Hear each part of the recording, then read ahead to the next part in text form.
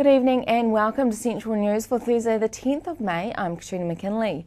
In today's news, Problem Gambling Foundation New Zealand is encouraging parents to take responsibility for their actions and protect children from gambling following the sentencing of a couple who left their children locked in a Sky City casino car park. Problem Gambling Foundation counsellor Cheryl Smith says gambling has a massive impact on children. There are definitely children missing out, children going to their parents and asking they need some money for school or anything and there isn't any, but also missing out on their parents, the quality of time that they might have with a parent who's distracted by their thoughts of being addicted to gambling and trying to get back there to win money that they've lost. Community Radio Hamilton has secured the sought-after 89FM frequency and is now preparing to launch as a full-power frequency station. General Manager Phil Gray says it has been a hard road to secure the frequency, but it will be worth it to make the station more accessible. It's a frequency that's existed in Hamilton for years, actually, since 1986, I think, held by the Waikato Students' Union for a long, long time, but that licence expired last year. So the government had to think about what they wanted to do with that licence. They created a new set of conditions for that licence, so new sort of criteria that applicants needed to meet, and a bunch of people applied for the use of that licence. We're very lucky to be chosen and allocated that frequency, so we've been busy since then trying to make it a reality for us.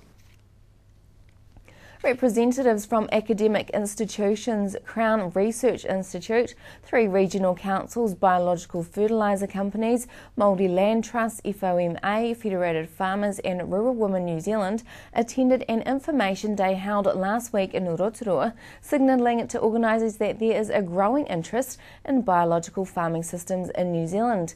The free information day was organised by the New Zealand Biological Farming Systems Research Centre for local farmers and sponsored by the Bay of Plenty Regional Council.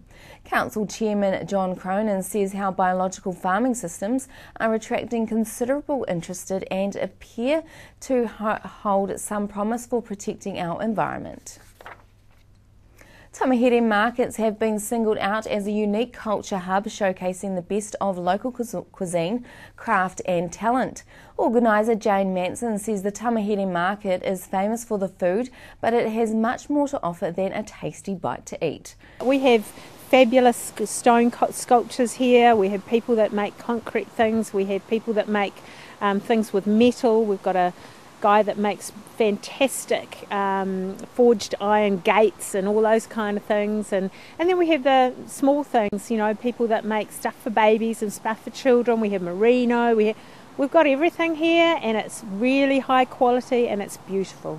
Time to check out the region's weather. Both regions had the occasional shower today, which do flow into your Friday, but the good news is that they are becoming less frequent and the sun will start to shine.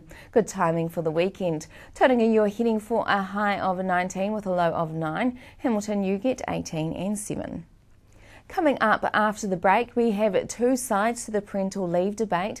Labour MP Sue Moroney, followed by Early Childhood Education Professor Jeanette Clarkin-Phillips.